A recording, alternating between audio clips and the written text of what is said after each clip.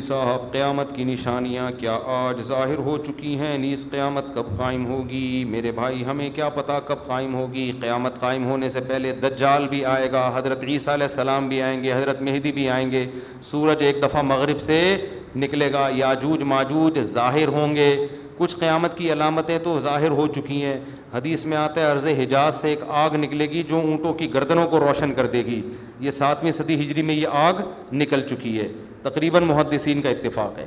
700 سال پہلے 7ویں صدی ہجری میں آگ نکلی تھی بہت بڑے پیمانے پر ارض حجاز میں، تو وہ تو ایک نشانی ہو چکی ہے۔ تو کچھ نشانیاں ہو چکی ہیں، زیادہ تر نشانیاں کیا ہیں باقی؟ ایک نشانی یہ تھی، حدیث میں آتا ہے کہ یہ جو عرب لوگ ہیں نا، جو اونٹوں کے چرواہے، بکریاں چرانے والے غریب غربا، یتطاولون فی البنیان، ایک دوسرے سے بڑھ چڑھ کے بلڈنگیں بنائیں گے۔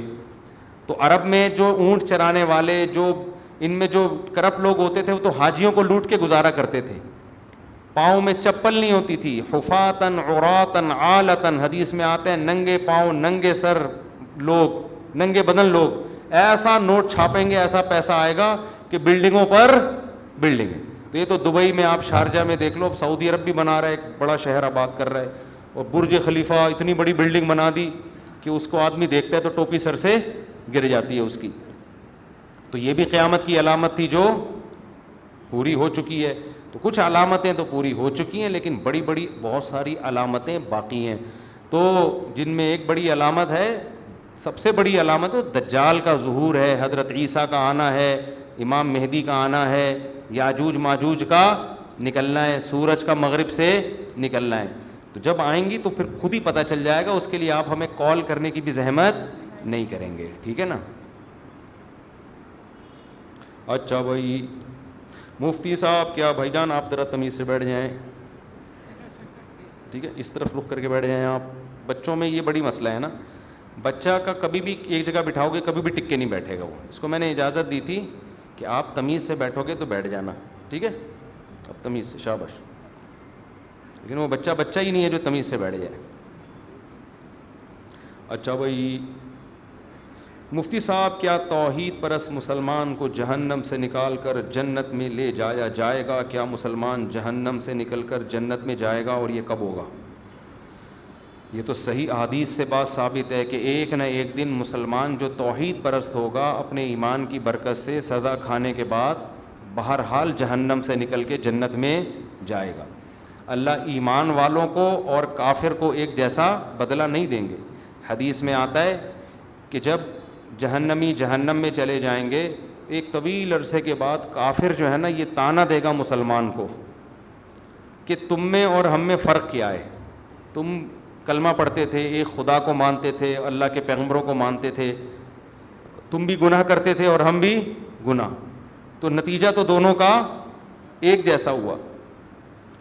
تو حدیث میں آتا ہے اللہ کو غضب آئے گا، اور اللہ ایک بہت بڑی تعداد صرف ایمان کی برکت سے جہنم سے نکالے گا۔ غیر مسلم اس پہ اعتراض کرتے ہیں، واہ بھائی واہ، مسلمان اتنے بڑے مجرم ہوئے، اچھے نہ بھی ہوں پھر بھی بالآخر جہنم سے نکلیں گے، اور ہم جیسے مرضی ہوں جلتے رہیں گے جہنم میں، یہ کیسا اسلام ہے؟ بھائی اپنوں کا ہمیشہ دنیا خیال کرتی ہے، اور جو اپنے نہیں ہوتے ان کا خیال نہیں کیا جاتا۔ آپ بتاؤ نا، امریکہ کا کوئی بندہ پاکستان میں جرم کرتا ہے، امریکہ کہتا ہے ہمارے حوالے کرو، ہاتھ لگانے کی بھی اجازت نہیں ہے، کیونکہ ہمارا نیشنل ہے، یہ ہمارا کلمہ پڑھا ہوا ہے اس نے، ٹھیک ہے نا؟ تو جو بھی غیرت مند حکومت ہوگی وہ یہ کرے گی۔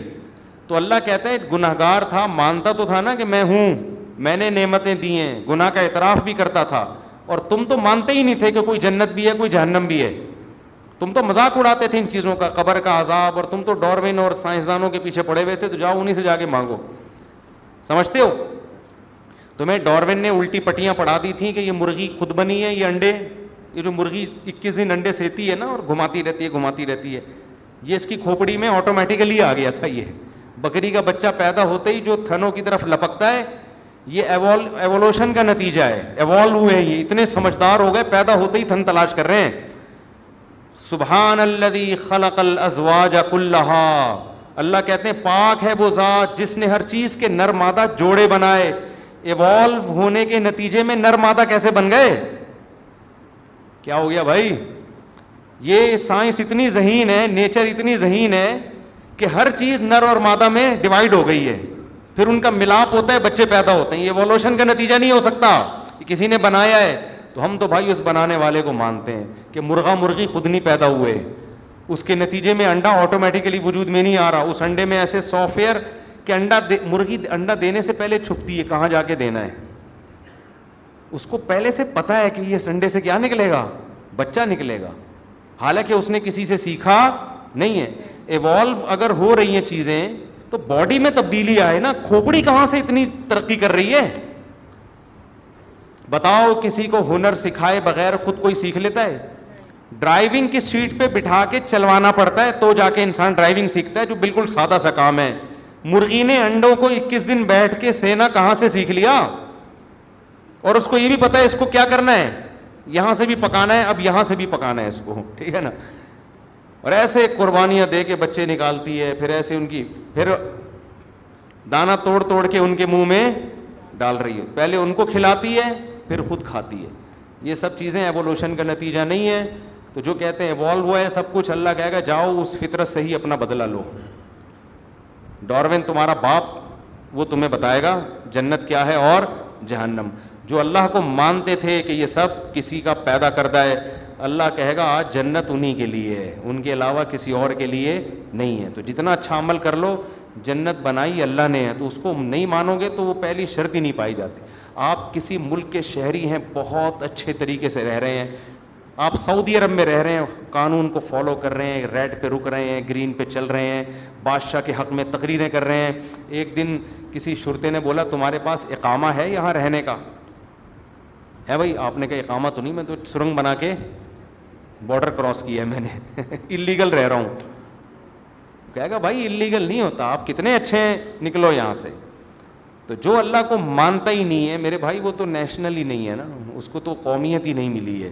اللہ کہتے ہیں تم تو باغی ہو, تم آؤ میرے پاس, تمہارے جتنی نیکیاں ہیں ان کی مثال پہاڑ کی راکھ کے پہاڑ کی ہے, دیکھنے میں بڑی لگتی ہیں, ان کا وزن کچھ بھی نہیں ہے. ایک بچہ اپنے باپ کو مانتا نہیں ہے, جتنی مرضی خدمت کرے باپ کوئی لفٹ نہیں کرائے گا, کہے گا نادرا میں کسی اور ابا کا نام ڈالا ہوا ہے تو نے. اور ایک بچہ باپ کا نالائق ہے, لیکن جب پوچھے تیرا باپ کون ہے فوراً بتاتا ہے یہ میرا باپ ہے. باپ کہتا ہے نالائق ہے لیکن ہے کس کا, میرا ہے, تو میں چماٹ لگاؤں گا, دوسرے کو نہیں لگانے دوں گا, اس کو دفاع بھی کرے گا, وراثت بھی اسی کو دے گا. تو مسلمان کی مثال جو گنہگار ہے وہ ہے جو نالائق ہے مگر ہے اللہ کا اپنا, اور جو کافر جو نیک ہے اس کی مثال وہ ہے جو نیک ہے مگر اللہ کا نہیں ہے. اس کا یہ مطلب نہیں ہے کہ نیک نہ بنے آپ لوگ, برائیوں کی سزا بہرحال جہنم میں ملے گی, اس سے اللہ بچائے, وہ کوئی 2-4 دن کی